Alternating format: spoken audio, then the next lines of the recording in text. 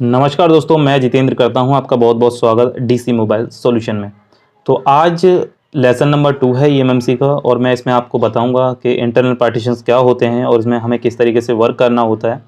क्योंकि ईएमएमसी पे काम करने के लिए हमें जो उसके इंटरनल पार्टीशन उसके बारे में नॉलेज होनी चाहिए और उसके बारे में हमें पता होना चाहिए, तभी हम जो है काम कर पाएंगे ईएमएमसी पे। क्योंकि ऐसे आप नहीं काम कर पाओगे बिल्कुल, अगर आपको उसके इंटरनल पार्टीशन के बारे में नॉलेज नहीं है। तो यहाँ पे देखिए, अगर आप चैनल पे नए हो, चैनल को सब्सक्राइब कर लो, दबा दो बेल आइकन को, ताकि अगली वीडियो की नोटिफिकेशन आपके पास सबसे पहले पहुँच सके। और ये जो दोस्तों पूरी सारी वीडियोस होंगी, सारा कंप्लीट कोर्स होगा यूएफआई का, ये बिल्कुल फ्री होगा। नो चार्ज होगा, इसमें कोई भी चार्ज आपको नहीं देना होगा। और आप इन वीडियोस के ज़रिए जो है आसानी से जो है आप यूएफआई या ईज़जेड पे काम कर सकेंगे और ईएमएमसी पे काम कर पाएंगे। तो यहाँ पे अगर लेसन नंबर 1 आपने नहीं देखा है तो डिस्क्रिप्शन में मैं लिंक दे दूंगा, जाके आप इजीली देख लीजिएगा उसे। तो यहाँ पे देखिए, मैं आपको सबसे पहले ईएमएमसी के जो अंदर पार्टीशंस होते हैं वो जो है इस तरीके से होते हैं, जिसमें होता है boot area 1, boot area 2, RPMB partitions और जनरल पर्पस पार्टीशन, यानी कि जीपी पार्टीशन 1, 2, 3, 4। और उसके बाद आता है यूज़र डाटा एरिया। ठीक है, मेनली जो मेन प्राइमरी पार्टीशंस होते हैं वो ये होते हैं। इसके अंदर जो सेकेंडरी पार्टीशंस भी होते हैं, जो कि यूज़र एरिया के अंदर अंदर पार्टीशंस होते हैं, उनके बारे में है, लेकिन वो ज़्यादा हमें समझने की ज़रूरत नहीं है, क्योंकि वो सारा जो है काम ईजिली जो है बॉक्स और डोंगल्स कर लेते हैं। लेकिन हमें जो है इसमें प्राइमरी सेक्शन में समझने की ज़रूरत है। तो यहाँ पे देखिए, बूट एरिया पार्टीशंस 1 और 2 जो है हमारे फ़ोन को बूट करने के काम आते हैं। पहले क्या होता था कि पहले के जो फ़ोन्स हैं वो जो है डेड हो जाते थे। ईज़िली हम जो है उसको फ्लैश फाइल से फ्लैश करके जो है मोबाइल को ऑन कर लेते, लेकिन अब ऐसा नहीं होता है। अब अगर हम उसको फ्लैश करेंगे और हमारा जो है बूट 1 बूट 2 पार्टीशंस जो है अगर ख़राब है, तो हमारा जो है फ़ोन ऑन नहीं होगा। चाहे आप उसको 20 बार फ्लैश कर लो, चाहे कितना भी कर लो, अगर उसका बूट डेड हो गया तो फ़ोन ऑन नहीं होगा। फिर हम उसको ईएमएमसी से इन पार्टीशंस को फिल करना पड़ेगा, बूट पार्टीशन 1 2 को। उसके बाद जो है हमारा मोबाइल कम्प्लीटली ऑन होगा। उसके बाद आता है आरपीएमबी पार्टीशंस। तो आरपीएमबी पार्टीशंस क्या होता है वो मैं देखिए आपको यहाँ मेरे पास सारी इसकी फुल फॉर्म रखी हुई हैं। तो बूट पार्टीशंस 1 और 2 मैंने आपको यहाँ पे समझा ही दिया। और यहाँ पे देखिए, आरपीएमबी पार्टीशंस होता है, इसकी फुल फॉर्म होती है रिप्ले प्रोटेक्टेड मेमोरी। ये मेमोरी बेसिकली काम करती है कि जैसे सीपीयू से एक सिग्नल आता है, सीपीयू से सिग्नल आने के बाद वो ईएमएमसी के आरपीएमबी पार्टीशंस को जाता है। उसमें जब उसके सिग्नल्स का मैच हो जाता है, की वहाँ से आती है, लॉक आरपीएमबी के पास होता है। जब वो दोनों चीज़ें मैच हो जाती हैं, तब वो जो लॉक जो है अनलॉक हो जाता है। उसके बाद आरपीएमबी पार्टीशंस कहता है कि अब जो है ईजिली आप इस ईएमएमसी को एक्सेस कर सकते हो। क्योंकि दोस्तों अब जो है फ़ोन की सिक्योरिटी बहुत हाई हो चुकी है। हाँ, तो इस चक्कर में कोई भी ऐसे ही बंदा जो है उस ईएमएमसी को दूसरे फ़ोन में यूज़ ना कर पाए। लेकिन इस वजह से जो है आरपीएमबी पार्टीशन दिया जाता है। इसमें सिक्योरिटी रिलेटेड जो है फाइल्स यहाँ पे रखी जाती हैं। अब यहाँ पे जो लैंग्वेज होती है SHA-256 होती है। ठीक है, इसमें इसको जो हम करते हैं वो काउंटर फाइल्स के हिसाब से कर सकते हैं। किसी में 7000 होती हैं, किसी में 8000, किसी में 12000। तो काउंटर फाइल्स होती हैं, वो जो है लोडेड करा जाता है सीपीयू के हिसाब से। यानी कि पहले आप देखेंगे, पहले के फिल्म आपने देखी हो तो उसमें क्या होता था कि एक नोट फाड़ के दोनों पार्टीज को दे दिया जाता था। अब वो दोनों पार्टीज को देने के बाद एक पार्टी से कह दिया जाता था कि आप इसको लेके जाइए दूसरी पार्टीज में। जब वो नोट मिलाते थे, जब जाके उनकी जो है डील फाइनल होती थी। वही सेम इनका होता है, 2 फाइल्स रखी जाती हैं, जो कि एक जो सिग्नल आता है वो होस्ट से यानी कि सीपीयू से आता है। जब आरपीएमबी पार्टीशंस को मिलता है तो वहाँ दोनों की कीज़ और लॉक को मैच करा जाता है। मैंने आपको बहुत आसानी से समझाने की कोशिश करी है कि आरपीएमबी पार्टीशंस क्या होता है।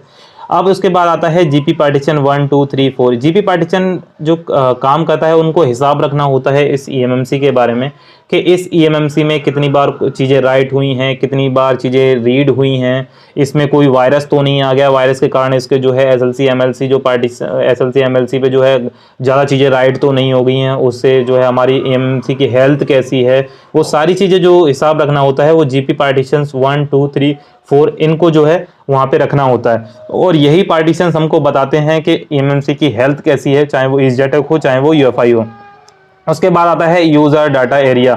इसके यूज़र डाटा एरिया के अंदर भी जो है कई पार्टीशंस होते हैं, उसके बारे में हम अभी बात नहीं करेंगे। हम जो है प्राइमरी सेक्शन के बारे में बात कर रहे हैं। तो यहाँ पे ये जो है पार्टीशंस होते हैं, इन्हीं से जो है हमें काम करना होता है और इन्हीं से जो है हमारे फ़ोन को जो है हम ऑन कर पाते हैं। अगर इन पार्टीशंस को हम समझ गए तो हमें बिल्कुल भी प्रॉब्लम नहीं होगी किसी भी चीज़ को समझने में या फिर किसी भी फ़ोन को ऑन या बूट करने में।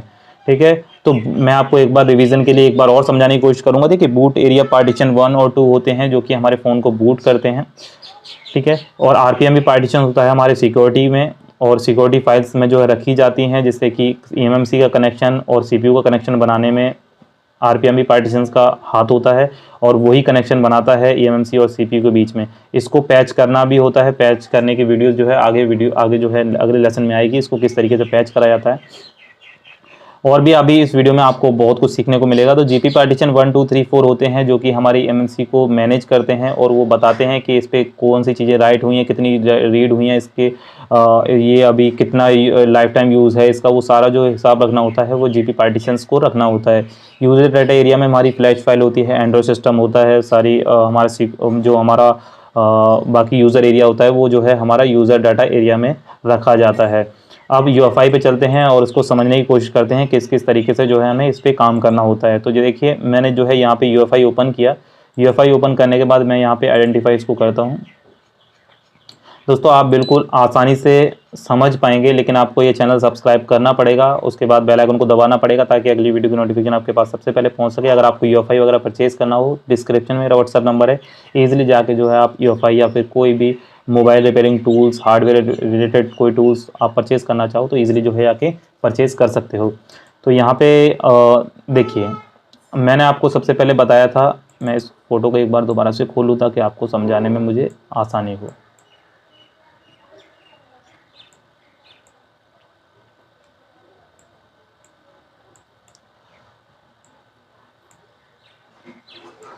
देखिए, अब यहाँ पे बूट पार्टीशन 1 और 2, ठीक है, तो बूट पार्टीशन 1 और 2 यहाँ पे ये रहा, बूट 1 बूट 2। अब ये फाइल जब इसमें राइट होंगी, कोई जैसे मोबाइल हमारा डेड है, ईएमएमसी से रिलेटेड अगर डेड है तो हमें बूट 1 बूट 2 फाइल उस पर चढ़ानी पड़ेंगी, तब जाके हमारा जो है वो फ़ोन ऑन होगा। तो बूट 1 बूट 2, ठीक है, ये हुआ। लेकिन जो हमारे यूज़र एरिया में जो मेन फाइल्स होती हैं, हमारा यूज़र एरिया भी उसमें चढ़ना ज़रूरी है, क्योंकि इमेज फाइल जो होती हैं वो यूज़र एरिया में होती हैं। ये केवल सिग्नल देता है बूट 1 बूट 2 कि हाँ, आप बिल्कुल सब कुछ ठीक है, आप इजीली जो है इमेज फाइल को जो है हमारे सीपीयू को भेजता है और हमारा जो है फ़ोन ऑन होता है। तो इसका काम होता है केवल वहाँ से जो सिग्नल आएगा उसको बाईपास करना और जाके सीपीयू से मैच कराना। तो जो हमारी इमेज फाइल होती है वो यूज़र एरिया में होती है, तो यहाँ पे हमें यूज़र एरिया को यहाँ पे चढ़ाना पड़ेगा। EXD CSD फाइल है कि वो ये तय करता है कि यहाँ पे कौन सी फाइल को जो है कहाँ पे जाना है और कहाँ पे रखना है। तो EXD CSD फाइल जो है, देखिए यहाँ पे ये सारी चीज़ें मैं आपको आगे समझाऊंगा, लेकिन यहाँ पे इन फाइल्स में जो है हमारा फ़ोन जो है बूट होता है। तो यहाँ पे बूट 1 बूट 2 आ जाती है, यूज़र एरिया और EXD CSD, ये फाइल्स जो है हमारे फ़ोन को बूट कराने के काम आती हैं। ठीक है, तो अब उसके बाद देखिए बूट 1 बूट 2 फाइनल हो गया। आरपीएम भी जो पार्टीशंस होता है दोस्तों, आरपीएम भी पार्टीशंस को हम किसी भी अभी इस समय यूएफआई ना तो ईज़जेटेक किसी में भी हम रीप्रोग्राम नहीं कर सकते और ना उसको डिलीट कर सकते हैं। यहाँ पे आप देखिए, यहाँ लिखा हुआ ऑथेंटिकेशन की नॉट येट प्रोग्राम, तो यहाँ पे ऑथेंटिकेशन की नॉट येट प्रोग्राम, तो यहाँ पे ऑथेंटिकेशन की इसमें जो है प्रोग्राम नहीं की गई है, यानी कि इसका आरपीएम भी जो पार्टीशंस है वो इस ईएमएमसी का इस समय क्लीन है।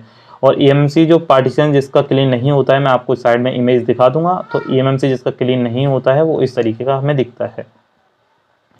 उसमें जो काउंटर दिखाई देता है, उसमें काउंटर फाइल्स कितनी हैं, तो यहाँ पे दिखा। तो हम इसको केवल मेडुसा प्रो से इसको क्लीन कर सकते हैं। अभी तक ईज़जेटेक ना यूएफआई में इस समय तक अपडेट नहीं आया होगा। अगर आप इस वीडियो को अगर कुछ ज़्यादा समय बाद देख रहे हैं तो आई होप उस समय तक अपडेट आ गया हो, तो ठीक है। लेकिन जिस समय तक मैं वीडियो बना रहा हूँ इस समय तक ना तो यूएफआई ना ईज़जेटेक किसी में भी अपडेट नहीं है कि हम आरपीएम भी पार्टीशन को जो है क्लीन कर सकें।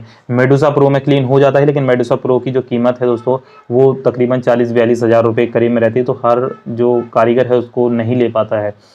अब यहाँ पे आरपीएम भी पार्टीशन आप समझ गए। अगर और ईएमएमसी को फिर कैसे लगाएं वो सारी चीज़ें हम वीडियो में सीखेंगे, लेकिन आज ही अगर मैंने आपको सारी चीज़ें बता दी तो वीडियो दोस्तों पूरे दिन की हो जाएगी, क्योंकि इस कोर्स को लेने में लोगों का महीने तक लग जाते हैं, उसके बाद ये जो सारी चीज़ें फाइनल होती हैं, है ना। तो इसको आरपीएम के बारे में भी हम समझेंगे कि किस तरीके से जब आरपीएम भी क्लीन नहीं है तो ईएमएमसी हम कौन सी लगाएं, कैसे लगाएं, ईएमएमसी को कैसे चेंज करें, जब RPM भी क्लीन नहीं है तो उसको कैसे बूट पैच करें, वो सारी चीज़ें मैं आपको आने वाली वीडियो में समझाऊंगा, लेकिन आज हम इन पार्टीशंस को जो है समझ रहे हैं। तो ये सारा कुछ फाइनल हो गया। RPM भी मैंने RPM भी जो है क्लियर कर दिया आपका। यहाँ पे आता है GP पार्टीशन 1 2 3। अब यहाँ पे अगर आप हमारी MMC की जो हेल्थ है वो 90% हो गई है या फिर कोई और एरर आ रहा है जो कि सॉल्व नहीं हो पा रहा है, तो इस केस में हम क्या करेंगे कि उसके GP पार्टीशंस को रीसेट करेंगे। तो GP पार्टीशंस को रीसेट करने के लिए यहाँ पे आएंगे EMMC में, और यहाँ पे देखेंगे कि यहाँ पे जो है सारी फाइल्स पे जो है हमें टिक लगा देना है। यहाँ पे अनटिक होगा तो यहाँ पे टिक मार के और राइट पार्टीशन सेटिंग करेंगे, तो उसके जो भी SLC MLC पार्टीशंस हैं वो एक बार रीसेट हो जाएंगे। रीसेट होने के बाद हम इजीली जो है उस पर काम कर सकते हैं। अगर आपका इससे एरर सॉल्व होता है 90% कंज्यूम का, या फिर कोई भी ऐसा एरर जो कि सॉल्व नहीं हो रहा है, अगर वो इससे सॉल्व होता है तो ठीक है, नहीं तो हमें जो है EMMC को चेंज करना ही करना होगा। ठीक है, तो ये जो है, क्योंकि ये जो हमारी GP पार्टीशन है ये एक ही बार हम इसको जो है प्रोग्राम कर सकते हैं, इसको हम बार बार प्रोग्राम नहीं कर सकते, एक बार प्रोग्राम कर सकते हैं। तो ये हमारा GP पार्टीशन हो गया। और लास्ट में आता है हमारा यूज़र एरिया। तो यूज़र एरिया पार्टीशन ये होते हैं, हम इसको चाहे रीड कर सकते हैं, यहाँ पे राइट कर सकते हैं, लेकिन यहाँ से भी हम इसको यहाँ पे प्रोग्राम जाएंगे। देखिए यूज़र एरिया ये भी है। यूज़र एरिया देखिए, अगर हमें फ़ोन को केवल बूट कराना है तो हम 128.256.384 MB जो भी रखना चाहें मोबाइल की, उसमें जो है बूट इमेज फाइल आ जाती है, मोबाइल जो है ऑन हो जाएगा, लेकिन बाकी के जो फंक्शन है वो काम नहीं करेंगे वहाँ पे।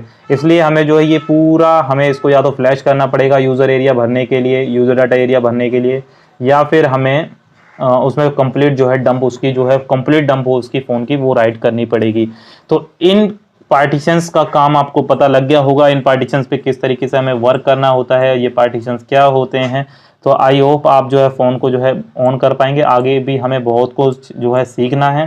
तो चैनल पे आप बने रहें, चैनल पे बने रहेंगे तो आगे आने वाली वीडियो आपको मिलेगी, ताकि आप जो है UEFI का यहाँ पे फ्री में जो है कोर्स कर पाएंगे। और तकरीबन 5-6 जो वीडियोज़ में जो है कंप्लीट ये फाइनल हो जाएगा, और आप बहुत सिंपल लैंग्वेज में, बहुत आसान भाषा में मैं आपको समझाने की कोशिश करूंगा, और आपको समझ में भी आएगा और आप आसानी से जो है काम कर पाएंगे। तो दोस्तों फिर मिलते हैं किसी अगली वीडियो में, तब तक के लिए जय हिंद, जय भारत।